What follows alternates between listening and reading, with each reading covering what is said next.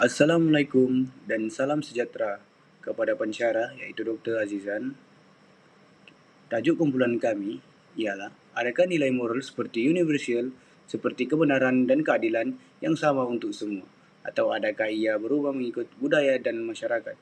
Sebelum saya memulakan pembincangan saya akan mengenalkan dulu ahli kumpulan saya terlebih dahulu. Okey, yang pertama Muhammad Isha bin Waris. Yang kedua yaitu saya, Muhammad Hafiz Hakimi bin Masuda. Seterusnya, Raihan bin Muhammad Yunus.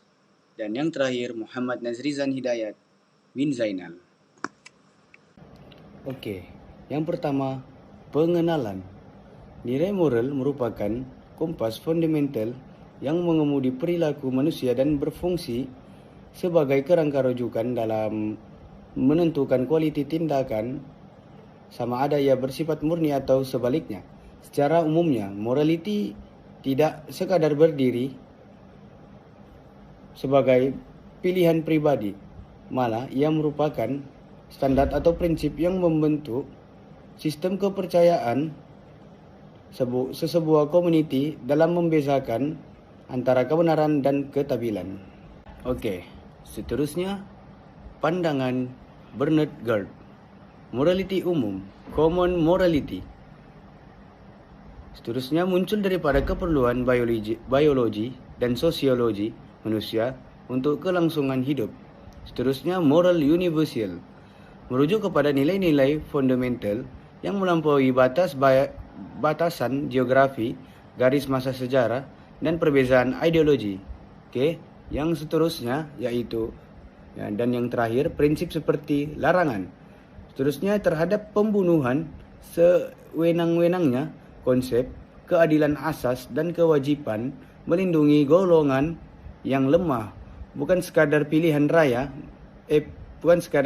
budaya, tetapi merupakan prasyarat mutlak bagi kewujudan sesebuah masyarakat.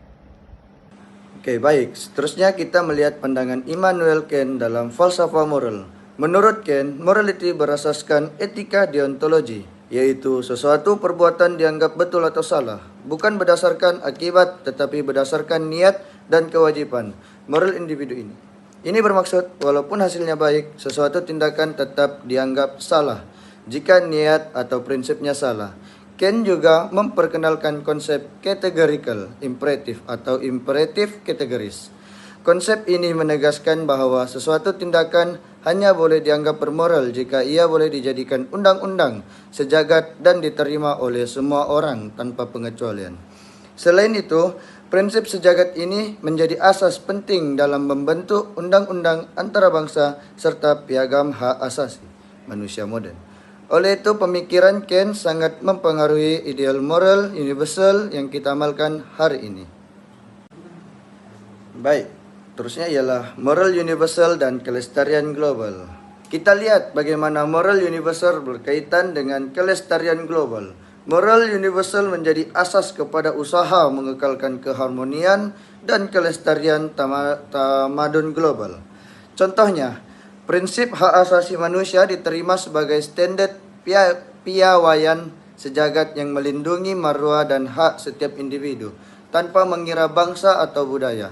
Antara nilai bersama yang dikongsi secara universal ialah keadilan, keselamatan nyawa dan hak untuk hidup bermaruah. Nilai-nilai ini penting untuk memastikan keamanan dan kestabilan dunia.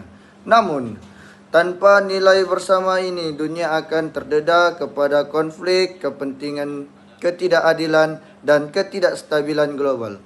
Oleh itu, moral universal memainkan peranan penting dalam mengekalkan kesejahteraan sejagat. Okey, seterusnya ialah relativisme budaya terhadap moral universal.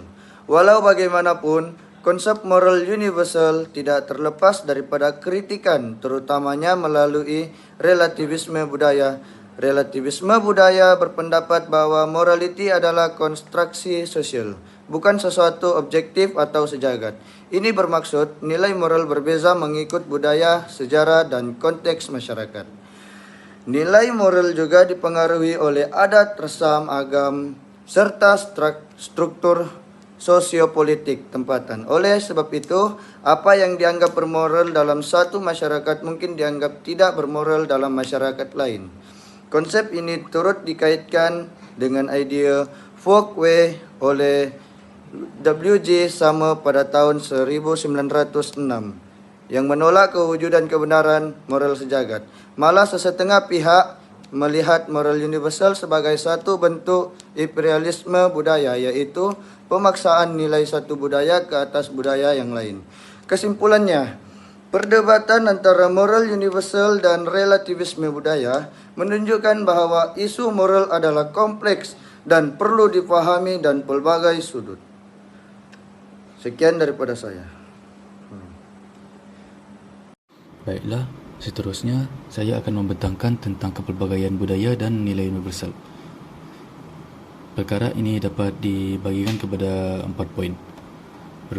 Yang pertama adalah perbezaan budaya hanya pada cara pelaksanaan, bukan nilai teras.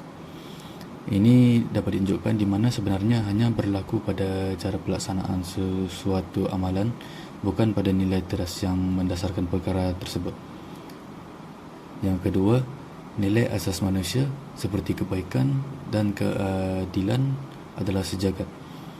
Ini dapat dilihat di mana perkara ini diterima oleh semua masyarakat tanpa mengira latar belakang. Yang ketiga adalah kepelbagaian budaya mencerminkan penyesuaian nilai mengikut konteks setempat. Ini juga dapat menunjukkan bagaimana nilai-nilai disesuaikan mengikut konteks setempat. Contohnya, cara kita menunjukkan hormat mungkin berbeza, tetapi tujuan hormat itu tetap sama. Dan yang keempat adalah moral universal tetap wujud walaupun amalan luaran kita berbeza. Perbezaan ini dapat dibezakan melalui bentuk, bukan pada makna. Baiklah, seterusnya adalah kepentingan moral universal sebagai penentu batasan relativisme budaya. Ini dapat dibagi kepada 3. Yang pertama, relativisme budaya tanpa sepadan boleh membenarkan tindakan yang mencabuli kemanusiaan. Yang kedua, tanpa standard moral universal, masyarakat antarabangsa kehilangan otoriti untuk mengecam kezaliman. Dan yang ketiga, menurut Jack Donnelly, nilai sejagat tidak bertindak sebagai kayu ukur mutlak untuk mencegah penindasan atas alasan adat atau kepentingan pihak berkuasa tempatan.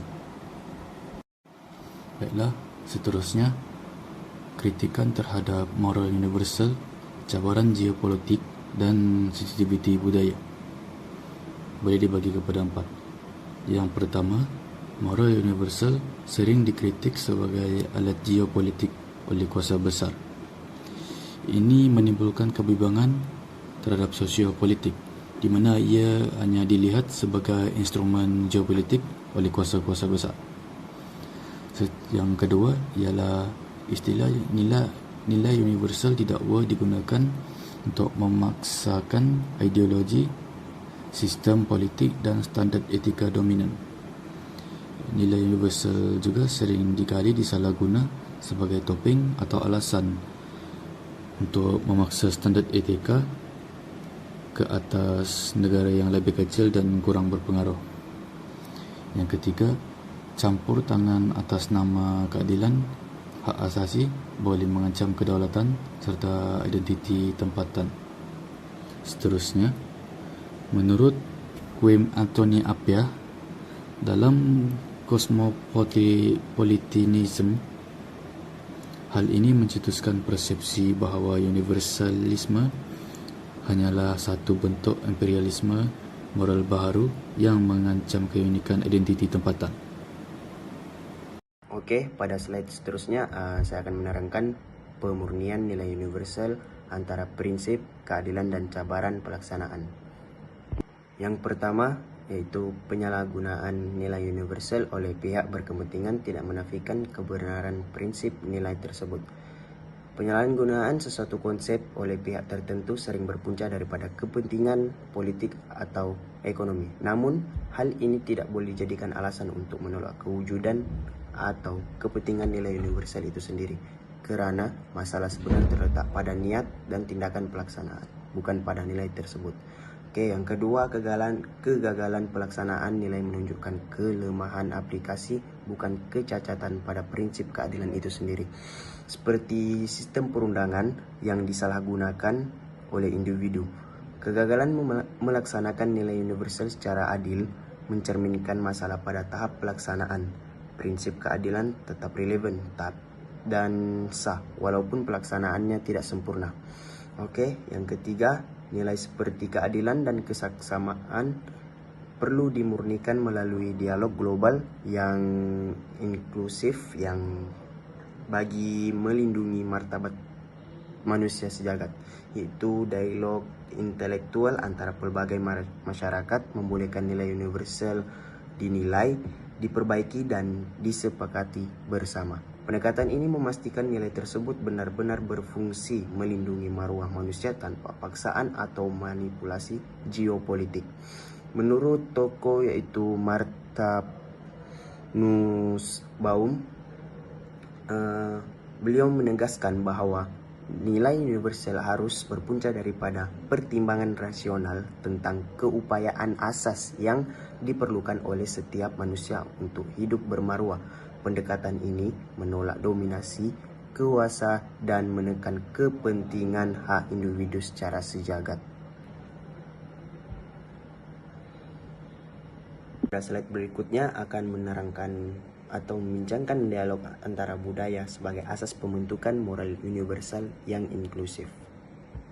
Poin yang pertama adalah dialog antara budaya penting dalam membentuk nilai moral universal yang inklusif dan adil. Dialog antara budaya membolehkan pelbagai masyarakat berkongsi pandangan dan pengalaman moral masing-masing. Proses ini memastikan nilai universal yang dibentuk mengambil kira kepelbagaian latar budaya, sekaligus mengelakkan dominasi satu perspektif saja. Yang kedua, nilai sejagat terhasil melalui konsensus pelbagai tamadun, bukan paksaan budaya dominan. Nilai moral yang diterima secara sejagat menjadi lebih sah dan berwibawa apabila ia lahir daripada persetujuan bersama. Pendekatan ini mengurangkan penolakan budaya dan meningkatkan rasa keadilan dalam kalangan masyarakat global. Yang ketiga, moral universal bersifat dinamik dan menghormati kepelbagaian cara hidup. Moral universal bukan satu set peraturan yang kaku, sebaliknya berkembang mengikut konteks sosial dan sejarah. Sifat dinamik ini membolehkan nilai sejagat menyesuaikan diri tanpa menjejaskan prinsip asas kemanusiaan. Yang keempat, menurut Biku Parek, beliau menegaskan bahwa multikulturalisme progresif menggalakkan keseimbangan antara penghormatan terhadap identiti budaya, tempatan dan perlindungan hak individu sejagat melalui dialog dan saling menghormati. Oke, untuk slide yang terakhir akan menjelaskan tentang kesimpulan untuk pembentangan kami. Itu morality manusia dibentuk oleh budaya dan tradisi setempat. Namun, wujud nilai asas sejagat seperti keadilan, kebenaran, dan penghormatan terhadap nyawa yang dikongsi oleh semua masyarakat. Walaupun relativisme budaya menekankan perbezaan nilai antara masyarakat, moral universal berfungsi sebagai asas etika bersama yang tidak menghapuskan identiti budaya, sebaliknya membantu membina kestabilan dan keharmonian dalam masyarakat global. Menurut Charles Taylor, beliau berkata, keharmonian dunia hanya dapat dicapai apabila sesebuah tamadun menghormati kepelbagaian budaya sambil tetap mematuhi prinsip etika sejagat. Oke, itu saja dari pembentangan kumpulan kami. Sekian, terima kasih.